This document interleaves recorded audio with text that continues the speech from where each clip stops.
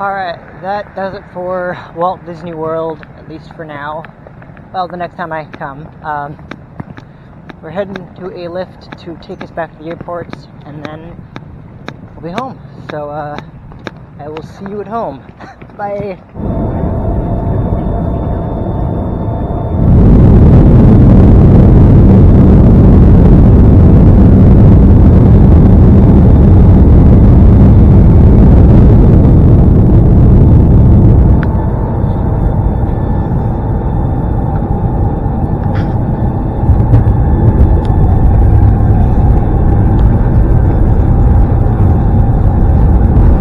Alright, I am back from the vacation. It was quite an experience. I have a little post-vacation depression going on right now, so I have to recover from that. Obviously, like everyone who does long vacations, it does take a toll on you after a while. But boy, was it an experience. So, I'm gonna go ahead and real quick talk about things that I did not film. And just like the things that I experienced in general without having to film everything. So real quick, let me open my notes. So a few of the things I wrote down, I'll talk about other things later. But one of the things that happened when I was on Small World for the second time, because all the stuff I've recorded was only my first time recording it, but after that I went on multiple rides multiple times, like Big Thunder Mountain I went on like 4 times over the course of both days I was there. But on the Small World, it kind of hurt me. Not in a bad way, just kind of like people who don't know their history clearly don't know what they're talking about, and of course, how could they? They probably came to the park in 2022 without realizing that the 5th anniversary started last year. So, when I was in Small World, a group of girls had gotten on in the seat behind me, and one of them thought that the resort opened in 1972, which is not at all true at all. It's 1971 it opened. So, that's how I'm like, oh, how would you say that? Do you know your history? I mean, it can't be worse than when I was in Epcot on the last day I was there, so a couple of days ago, actually, because it's the 23rd right now, which means that it was 2 days ago from today, and I was walking through Epcot, and the garden festival is going on, and they have some like cutouts of characters, like shaped characters from like bushes, and they have this dwarves, and so someone called them trolls. Someone in that group called them out like, did you not do your research? Like, yeah, you probably should have done your research first before that. So that happens. Kind of like, how could someone get the date wrong? But again, you know, if it's their first time coming, you can't really blame them. And then another thing for my Navig River Journey video, the POV I did for that one, not only was it beautiful, like absolutely beautiful, that ride, but also it was like literally the last ride. So I actually had gone on that ride and then went back to the area. I had like a circle around, just kind of like to wrap that vlog up. And I'm like, oh, maybe I could go back on it again. Of course, I did realize that, like, yeah, the park's probably closed. It's probably going to be closing very soon. So, essentially, I circled back, and then it was closed. I'm like, oh my god. Not only was it a walk-on, literally 5 minutes, I was just walked on, but it was like the last one, and they closed. I got lucky. I got very lucky. So that was definitely, a good highlight of my trip, was like getting lucky with that kind of thing. And one of the lightning lanes we got, I mean, we got a bunch of them. It was very difficult to get them, I will be honest here. It's not the best service, and I wish the Fast Pass was back again, because honestly, this new one is not working. I mean, I get, it's like, you know, Mr. Chapek's way of recovering from the pandemic, but come on, this is just not the way to do it. You know, you already had a system that was working, and you're doing this thing now. So, at one point, Rise of the Resistance, which is not my favorite ride at all. I mean, it's a really good ride, but it is not my favorite. It's probably, I don't know about my least favorite. I don't know. I wasn't as immersed as I could have been. But at one point, because on the app, you have all the wait times, and they can get pretty lengthy. But one of them ended up being, for Rise of Resistance, ended up being nearly 4 hours. It was like, what, 3 hours and 40 minutes, so 20 minutes more, and it would have been 4 hours, which is insane. We obviously didn't do that, but it was like, just looking at that, like, oh my goodness, how could anyone wait for that long? Over 3 hours in a line, that's just uncalled for. Although, I did have it better with Splash Mountain. Like, literally one one of the last attractions that I got to go on that was filmed, if not the last one. I don't remember exactly if it was the last one. I'll look at that. You've probably seen it in the vlog, but it was like one of the last ones I filmed.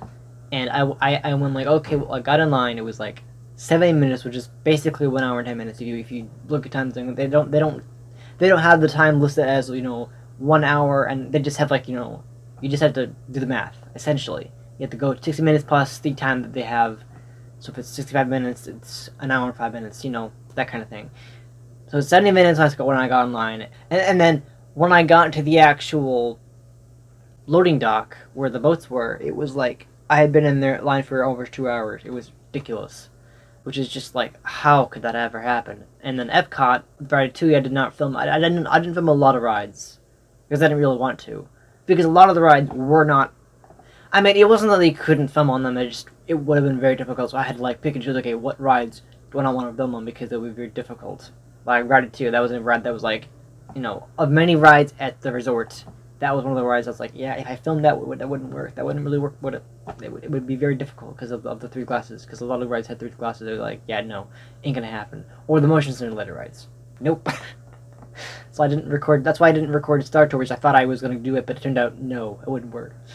But, yeah, essentially, that one, I went in line, I got in line for 50 minutes, because I got to the park early, 50 minutes, and then when I was literally at the entrance, because it goes through an entrance, and then it goes out again, and then it goes into the actual entrance, it was like double that. So it was like 105 minutes when I got to the entrance, so it was like, yeah, I was very lucky to have gotten on that ride, and I tell you, it was an amazing ride. It was an absolutely amazing ride. But one of the ones that we did was Tower of Terror in Hollywood Studios. I think it was our second day there, because we did 4 days at each park, so it was 8 days total, with like a shortened day on the final day because we had to leave early. There wasn't really a whole lot to do at Epcot because, I mean, there would normally have been. I wanted to go and test drive twice, but unfortunately I couldn't because the wait times were getting ridiculous.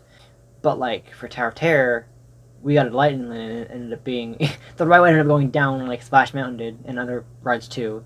Splash Mountain just ended up waiting in the waiting area for I don't know how long, and I ended up feeling like a waste of my time. I basically was. I had to come back later, but essentially that ride had gone down, and then it went up again. It returned, but at that point the app was going crazy, like, oh, you know, unavailable or whatever, and it's like, okay, well that kind of doesn't do any good. And then it worked out because, of course, a fast member was able to say, yeah, that's still valid. You may not say it's valid, but don't worry, it is. So that definitely was an experience. But overall, I will say I've had a blast at the park. It's definitely been an experience for sure. I'm thinking of going back eventually. Maybe later this year. Still figuring that out, see if that's going to work out. I don't know if it will, but, I mean, I don't post here often. I mean, this is kind of like the biggest trip of my life, so doing a second show is something I hadn't even thought about. But yeah, I had a really good time. Honestly, there's a lot of fun things that were happening. A lot of situations that we had just a lot of rides going down, which they could do a lot of. I ended up having some experiences, like the worst day of my life. Not the worst day of my life necessarily, just the worst end of my day. Yeah.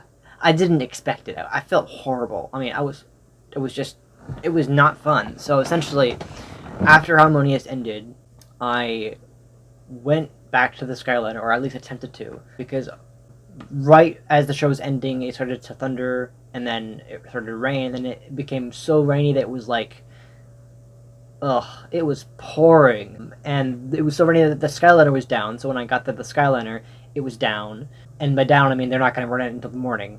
They usually run it all night until I think they have a set time they run it until, they 10:30 or something like that, and then they stop it. But in this case it was like, yeah, no, it's down. They're not going to run it again.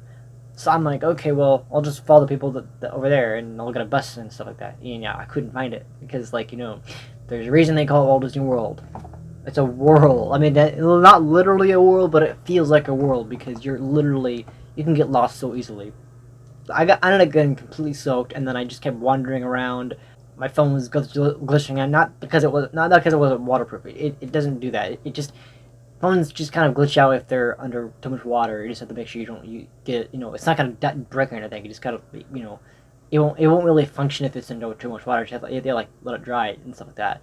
So essentially, I got to the boardwalk, and then my brother was able to get me a lift back to to our resort. It was one of the worst nights of my life. Not that it was a terrible day, in general. It's just at that moment it went from great to like, oh yeah, at the end of the day, this is terrible. I mean, that's gonna happen. I mean, there's always gonna be something terrible that's happening, and then it happened. It sucked. So that was definitely an experience to do, and yeah, I had a good time. It was wonderful. It was just a lot of things that just kind of happened. A lot of things that you wouldn't expect normally to happen, and you kind of prepare for, and then end up happening. I will say I have some like strong points in terms of rides. I got to go on Rock and Roller Coaster. That was amazing. Test Track was really good. Big Thunder Mountain, I got to go 4 times in a row on 2 different days actually. Navi River Journey was amazing too. I really enjoyed that one. Yeah, honestly, like they're all really good. I had a lot of fun going on them. Well, I can honestly say that some of the best rides in each park were, this is in order of the park's opening. For Magic Kingdom, Big Thunder Mountain was definitely one of the best rides there. It was so fun. I mean, I had gone in with my brother like once the first day, and then I think we went on the second day because, yeah, I kind of felt at recording it all one day. Like, my whole plan was to record it in one day, or make it look like it was recorded in one day. I didn't do a very good job of that, did I? Yeah, because I wanted to make it look like it was all one day, even though I recorded it twice. So like I had to put on. I'm like, oh, maybe I'll pull a shirt up the same. No, I didn't do that. I think this is the shirt that I had on the first day, and then I realized, I think it either was this one or one the Doctor Who shirt that I thought was the same shirt, and it turned out it was not. So there's parts in the vlog where I have 2 different shirts on, and it's because I tried to make it look like it was one day. It not works that well, but yeah, Big Thunder Mountain was definitely one of the best rides there, if not the best ride at Magic Kingdom for sure. Just because it's so fun. It's so fun. Like the drops, the airtime. It is so fun, and then you think it's over, but it's not over. It just keeps going. It is such a good ride. I love it so much. And then Space Mountain was amazing too. I went on that twice. First, I did obviously did the POV of that one, and then I went with my brother on Lightning Lane. That was really fun. Really really good. Just a lot of woo like that. Of course, it didn't pick up well on camera, but it's okay because it's a dark ride. You're not really supposed to see everything, but you hear me scream and everything, have fun. So that counts, right? But no, it's just a classic ride. I mean, obviously, it's like the history of the ride. It's the ride that Walt always wanted to build, even though it never happened because he wasn't alive to see it happen. But like a thrill ride, plus made by someone who doesn't even like roller coasters, but like, and they called it a roller coaster like ride. That's the same thing with Rock and Roller Coaster. Where it's like rock roller coaster is a roller coaster like ride. Okay, I understand why you would say that because it's a dark ride and a roller coaster at the same time. It's like, it's not traditional roller coaster, but it's still a roller coaster. It's literally in the name. And they call it that because it's not traditional. A roller coaster is supposed to be open. You're supposed to see everything. But those 2 rides, Rock and Roller Coaster and Space Mountain, are roller coasters in the dark. Not traditional roller coasters. They are roller coasters, they're just not traditional. But really, really fun ride. I really, really enjoy it. It's a classic. It's really, really good. And overall, worth going on multiple times if you can. I mean, the waits are the worst time with that. Like that is the one ride at Magic Kingdom that has the worst wait time because it can go really bad. But I went early. Obviously, I tried to make it look like it was the same day, but it didn't work that well. But worth it. Absolutely worth it. And then that's all for the Magic Kingdom. Epcot Test Track was fun. Really, really fun. I tried to record in terms of like getting a good POV, but it didn't really work that well. I mean, it wasn't horrible, but I don't know. It could have been better. I just love being able to, build my own car and then, see it try to win. But, it is such a fun... That test track is blown away. It was... When I got off of it, I thought it was the best ride at Epcot. Even though Epcot, much like Animal Kingdom, isn't really about, riding the rides. I mean, it was designed for, as a world showcase, learning stuff. So, it's less about being a theme park... Because that's the original idea. It wasn't supposed to be a theme park. It was supposed to be a city, basically. And that's why there's not as many rides there. I mean, there are rides. There's just not as many. Like, there's I think a little more than Animal Kingdom, but it's like... So basically, what I'm saying is that Magic Kingdom and Hollywood Studios are the only two parks that actually have a decent amount of rides. The rest of they're just like... They're there, but they're not... They're not, like, a crazy amount of rides. Not enough for a theme park, I think. But, you know, of course, Ratatouille, which I did not film. I did not film that one, and I'm actually very happy I didn't film that, because, I mean, again, 3D glasses. A lot of the rides were, like, either 3D glasses or motion sims, like I said before, and then just, like, trying to record that would have been hard. I mean, seriously, it would be very difficult to record a lot of the rides I had, like, if I had decided to record them, it would have been impossible. So Ratatouille was, like, very immersive. It was definitely worth waiting for it, and being able to get on it and seeing it, and basically you're put into this this rat car, and then you drove it around, and then you're able to select the scenes from the film, and then you're like, you know, in the scene where there's like fire above, they actually, you know, blow fire like hot air. It's such a cool experience, and it's like so immersive. Really, you really feel like you're at Remy. It's so cool. So probably one of the best rides, best new rides at the park, because I think it opened last year, so it's pretty new. But overall, really fun, like really good. And then we have Soarin, which was actually edited. If you don't know, this version, Soarin' on the World, was actually edited from the California version, because in California, at California Adventure, there's a ride called Soarin' over California, but they edited it. They literally just, they didn't want Patrick Warburton to come in and redo the entire thing. Someone took his performance in that little pre-show thing, and then just took out the word over California, and then just called it Soarin'. Because you get the idea, it's like, you're just Soarin'. Trash is called, even though it's actually called Soarin' Around the World, it just, like, they have one sign that says that. But that one, it was like, you probably don't want to film on this. I'm like, yeah, okay, yeah. But it was really good, like, you really feel like you're flying. It's so cool. So, really enjoyed that ride. I'm very glad you didn't film that, but if you want to see, you know, a POV of someone who actually managed to figure out how to do that and film it, because there are people who have done it, they just do it better than I do, definitely check it out. You know, just search YouTube, it'll be a POV of it, and you can see what it's like. 'Cause it's, for people who actually were able to film on it, then it's worth trying. It's really fun, and I mean, it's the same experience every time, so you're not gonna get anything different. I mean, unless they update it, but like, still, it's a blast. Hollywood Studios Rock and Roller Coaster. Oh my goodness. Wow. Okay. I posted on Facebook about this, about how amazing it was. It is hands down, I think in the entire resort combined, all 4 parks combined, it is the best ride at the resort. I know that, like, I'm saying a lot about, like, you know, there's plenty of rides that can outdo that. No. It is the best ride. Maybe cutting close with Tower of Terror, but it is the best ride. Like, seriously, it is awesome. I don't know when their deal with Airbus is going to expire, because it's like a license. Kind of like how when Disney made MGM Studios, it was eventually turned into Hollywood Studios, which is what, you know, they had a whole deal, and it expired, and they had to change it. I know that's going to happen with this one. I mean, maybe it will. No word on that yet, but, like, it's basically starting Aerosmith, which is a band, and it is so fun. Oh my god, it is so fun. Like, it's very loud, and then you get blasted off into complete darkness, but that's the terrifying part, and it's like, I lost my scream voice. Like, I screamed, and then I couldn't scream anymore. I did scream more than that, but it's like, that first little jump, the first little, it's so fun, and so fast, and I'm just like, yeah, you go on that, you're gonna love it. It's so much fun. I loved it. I loved going on that ride. It was just a bit disappointing with the fact that it was hard to record on that one, to be honest. Like, I mean, to be fair, it was a dark ride, but even then, it was hard. Much like Silly Good Dog Dash was just hard to record, and the PV did not look great. But, yeah, they also call it a roller coaster like ride. Like I said, it just, no, call it a coaster ride.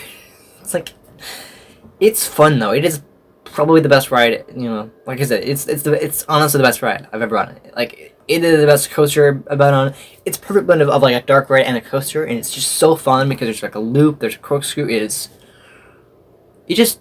so much fun. There's rock music playing, and it is like, you see all those Hollywood signs. It is so awesome. So definitely recommend it. It's just a really good coaster. Smuggler's Run. Okay, so I'm going to talk about this, and I'm going to talk about Rise of Resistance, because both of these were, well, Rise of the Resistance is supposed to be the best ride at the park, or for Hollywood Studios. I disagree with that. When I went out on Smuggler's Run, I thought it was the best ride in terms of like immersion, because it's a virtual experience. it's like a motion sim, so you get in the cockpit and you steer everything. I mean, both me and brother kind of failed at that. We really suck at that. We suck at flying. But it's very immersive. You actually feel like you're in a Star Wars adventure. Like, you feel like you're there. I mean, it's meant to be the sequels, but, like, it doesn't really matter. You don't really, if you don't think about it too much, it's okay. You just pretend you're like in a Star Wars adventure. You can, if you want to, you can pretend like you're in the prequels, and it works. But it is immersive. You really feel like you're there. You really feel like you're flying the Falcon, and that's what's amazing about it. Rise of the Resistance did not do that for me.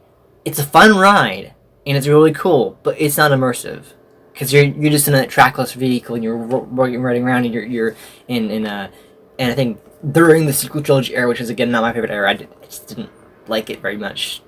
I'm not a hater. Just not my thing. I'm not crazy about the sequels like other people are, or actually like the Walt Disney Company is. They devote their time to make this about the sequels. But yeah, no, Smuggler's Run is definitely worth waiting for it, and then also just experiencing it, and I mean, even if you suck at it, it's still fun, you know?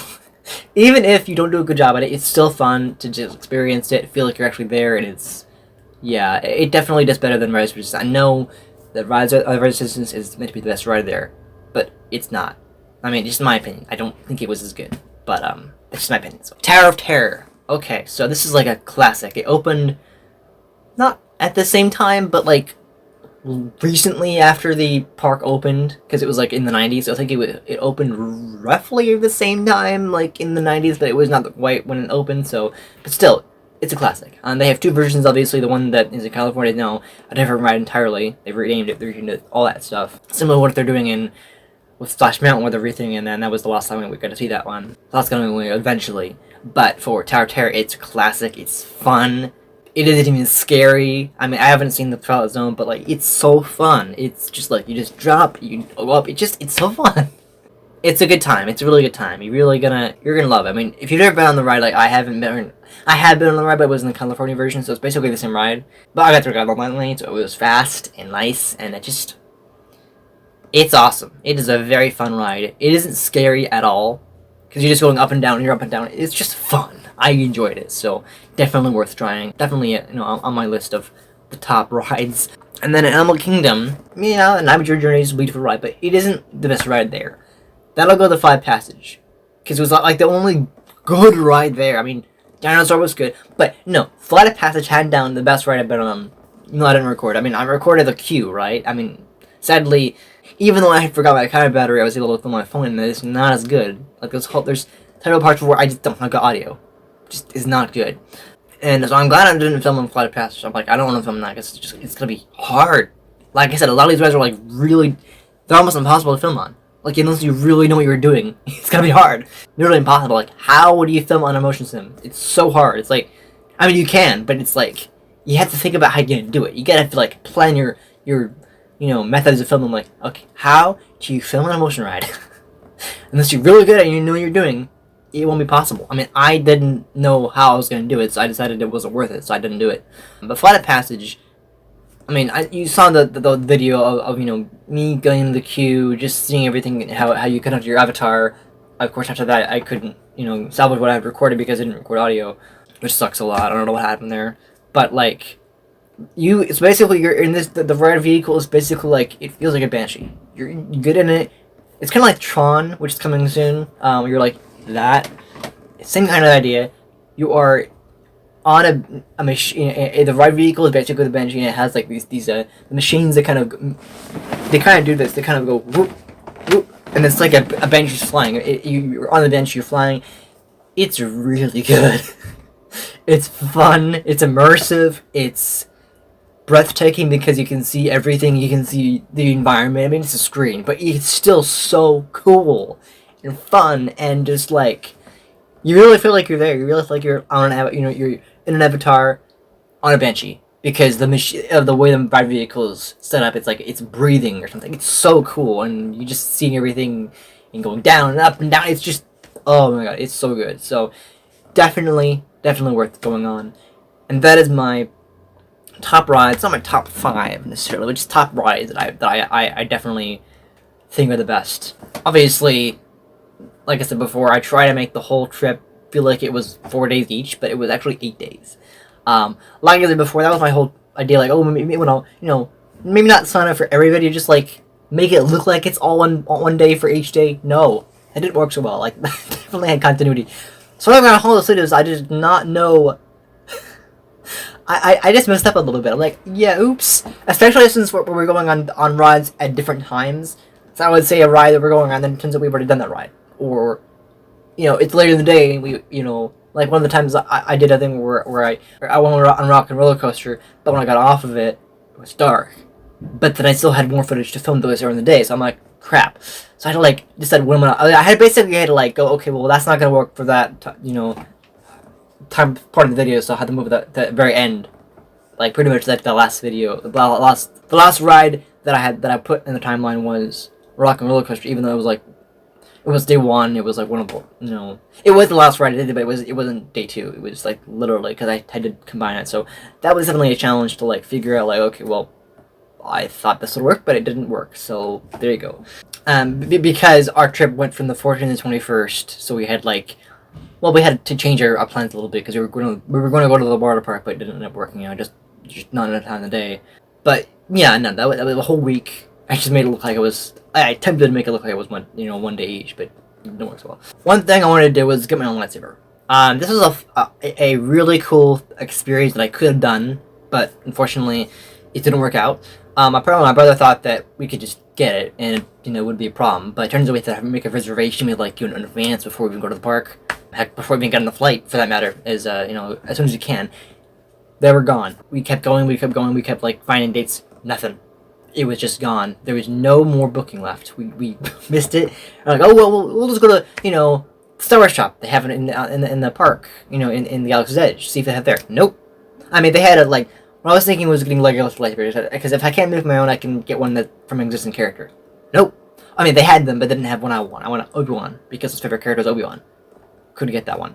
Like, okay, well, maybe we'll go to the other one in Hollywood Studios, like Hollywood Boulevard. Nope. Didn't have any of the ones I wanted. They have them, but they don't have what I wanted. Then we went like, okay, well, let's go to Disney Springs. Went over there. Nope. It's like they don't even have it. It's like, it said it was there, but it was... The article that I looked at was from, 2020, when the parks had, reopened. Yeah, didn't think that through today. But maybe next time I'll go, maybe next time in a couple years. If I go, I know I said, the next one will be there. I have no idea when the next one will be there. Unknown. It was a big trip, so it'll be a long time before I gotta go back. But eventually, yeah, I will go back. But it's just gonna be a long time. I don't have a plan to do it right now, but, yeah... Eventually. I mean, I'll go back because there'll be more rides opening, but, for now, that was it. So one of the sweetest things happened to me after Harmonious ended. So, some girl asked me if I was a YouTuber. I mean, I wasn't really a YouTuber. I mean, not really. I mean, technically the vlogs are on YouTube, but they're not really, I'm not really focused on them. No, I'm not, serious about them. I mean, they're just really for fun more than anything else. But it was really sweet, so... I'm gonna go ahead and play that clip right here. Are you a YouTuber? Not really. I'm just kind of vlogging because I'm vlogging. Oh. Yeah. Okay, so yeah, that was really cute, honestly. It was just so sweet. I mean, what else was I gonna say? But it was just really sweet. Someone asked me if I was a YouTuber just because they were curious, oh, I have a camera, so I must be doing YouTube. Well, yes, technically I am a YouTuber, but not really. I mean, I'm not taking it seriously like my, the past stuff I've done, but still, it was really sweet to just hear someone ask me if I was a YouTuber, just see if, maybe I could have said oh, you can find me here, but I didn't. I just didn't do that. So, but it was really sweet. I really appreciated it, and it was a nice gesture to hear that, because I mean, if you're a park goer and you see someone with a camera, of course you're gonna ask them, are you a YouTuber? I mean, I wouldn't, but I didn't really want to draw attention to myself because I wasn't really, because I was mainly recording it for memories mainly. So yeah, that happened. Definitely one of the best things about being in Florida every day for a week was seeing the fireworks, because honestly, normally fireworks are only a twice a year event, but in Florida, or heck, even California or any Disney park you go to, there are going to be fireworks. And it's just incredible to see them, especially since they have different unique fireworks, like ones that have a ring, they go sideways. It's so cool. But just in general, I'm a firework person. I love fireworks. I just love seeing them, watching them. It was so cool. I mean, obviously the fireworks shows in general were really fun and really cool, but seeing the fireworks in general was cool because I don't see that every day. Like I'd never see that like ever. Like twice a year I see it, that's it, and then it's over. But for this particular trip, I got to see it every night, or almost every night. I think that I skipped a couple days when I didn't get to see them, but every night I basically just went onto the from my resort. There was a bench over near my resort hotel, and I got to just watch them. It was so fun, just so cool to see fireworks, but also unique ones. So definitely a big highlight. Now, one of the upsets. I mean, it wasn't a huge deal, but like it kind of sucked because it's kind of important to me. That's my park tickets and stuff like that. I almost lost my magic band. I still have it, but the story behind it is crazy. Basically, I was on Soarin. It must have come off when I was putting my backpack into the loading pouch thing, and I got off the ride.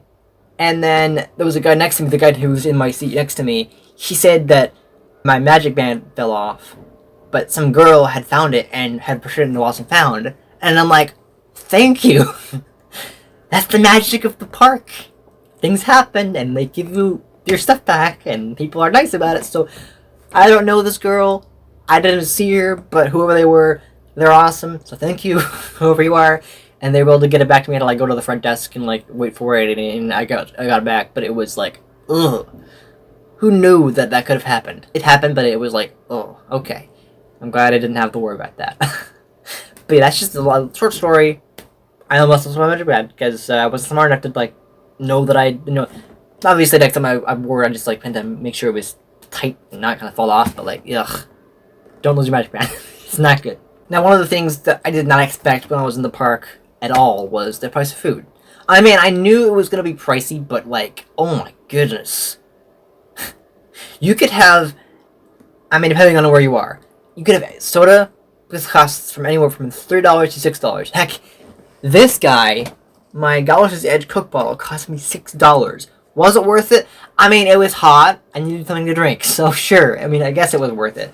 But it's a lot of money for soda. You can get that for $2 at Safeway. I mean, it used to be like more like a little less than that, but it's.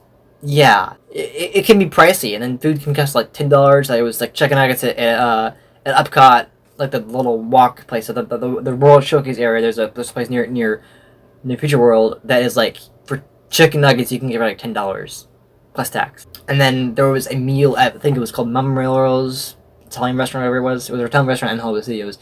The whole meal cost $25 for spaghetti. I mean, first of all, it was filling, so I didn't even finish it. But that's a lot of money for spaghetti. I'm just saying, it's pricey, especially the soda. Like, oh my goodness. The soda is the most expensive part of going there. If you're going to get something, you're going to have to spend, quite a bit of money, like $5 for a bottle of soda, which you can get for like almost half. I mean, pretty much half of that at Safeway or Fred Meyer or whatever you're going. It's ridiculous. Not in a bad way, just like, you're just gonna have to, if you're going to a park like this, you're gonna have to be prepared to spend a lot of money.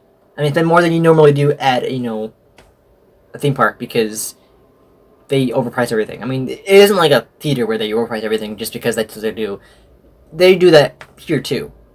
So it's kind of like theaters where they overprice their food and their drinks. Here, they do it everywhere. You're just gonna get overpriced stuff. You're just gonna have to prepare for, if you want a soda, you're gonna have to pay more than you usually do. And that is the worst part of the park. I don't know why they charge so much, but that's honestly, I think the reason they just because they're the parks. They charge what they want. It's not they're different from the rest of the world where they charge their own thing. They just do because they can make more money. I don't know. I mean, maybe, probably the reason. Now, one show that I loved, even though it ended with a downpour, was Harmonious. Similar to Disney Enchantment, which was amazing too. But Harmonious, some people didn't like it because it wasn't as good as the original. But I hadn't been there, so it was like a whole new experience for me. So Harmonious was so cool because it was a fireworks show, and then also it's like a little like animated show on the little whatever thingy out there, little barriers, whatever. I don't know what they are, but like it was amazing. It was absolutely amazing. The coolest part about it was the fact that like they had each of their films. They even had a couple Pixar films, but each of their Walt Disney Animation Studios films playing. Not all of them, but a good chunk of them. In their native language. So you have like, Moana singing in Swahili or whatever it is, the language that they speak in that movie. Beauty and the Beast, they probably have French. The Lion King, whatever Kenya type language they have. Jungle Book, all of them, they had their own language. Mulan had Chinese. It was incredible just hearing it in their language, and then always singing it in English next. But like, oh my god, it is such a cool experience. It isn't everyone's favorite. I can understand that, but it's also not the worst. Like, I think having been there for the first time, it was experience nonetheless. Like, it was an experience I'd never felt before, and it was awesome. But that's probably because people who've been there don't agree. But I haven't been there, so it was incredible. So definitely, I highlighted this trip was Harmonious. Was definitely one of the best shows there. It was like a fireworks shows. It was incredible. And finally, I'd say one of the most magical moments of this trip was when I didn't bring my wallet. Not purposefully. It was an accident. Somehow it hadn't ended up in my bag. So when I went to get lunch, I couldn't find it. I'm like, shit. However, because of the magic of the parks, and probably anywhere you go where this happens to you, I mean, just in the future, don't forget your money. Just make sure you have your money with you. So I went to get some lunch at Animal Kingdom. Of course, it was very difficult to get lunch there because I'm picky eaters. It was just hard. I was able to get like a Mickey pretzel, and there was a hot dog I never ate. All free though, and the reason it was free is because when I got in line, I'm like, okay, pay for those. Oh shit, it's gone. My wallet's at the hotel. So I'm like, oh, I don't have my money with me. But like, that's okay. Mickey's paying it for you. Mickey's got you covered. I'm like, basically, their way of saying the resort is taking care of it. The park will pay for it. No worries. Just make sure you bring your money next time. But it just proves to you that this resort can be so magical. Like, it can make you feel like you're really, having a magical time, because they can do things like, even though they're not supposed to, they don't only do it if they have to. If the customer just, like me, just happens to figure their money. I don't try to do that, but it just happens to be like that. They pay for it. Not all the time.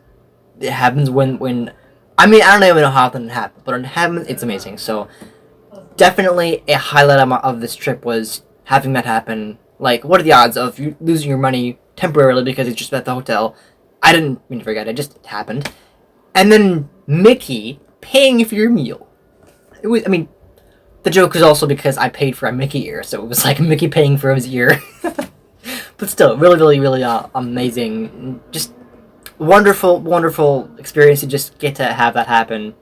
Just to have magic like that. I mean, obviously not real magic, it's like, real magic, what they call real magic. It's like, yeah, the inside character thingies, they paid for it, but Mickey paid for it, whatever. But yeah, no, really, really had a good time with this trip. It was definitely an experience. Lots of just like things happening that I didn't expect. That's any kind of trip you're gonna go on, you're gonna have to expect things that are not the way you had expected them.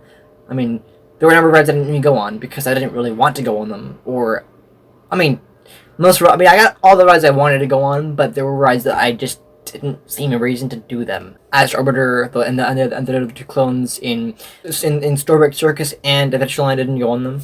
I didn't really see a reason to. I think I never got around to it. So, or Monsters Inc. Glass 4. Didn't see that one.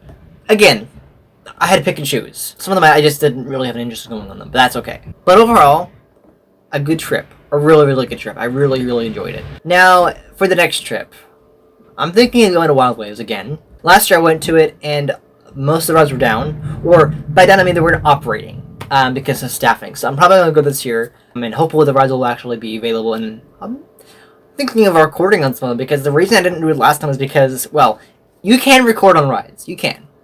I just said didn't do it because I was nervous, but I didn't really have proper equipment. I had my phone, that was it. Not the best way to record something, is it? So, or not the safest way even. So I basically, next time, I'm probably going to get a better camera, because honestly, the disappointing thing about this camera here is it didn't do well with recording dark rides.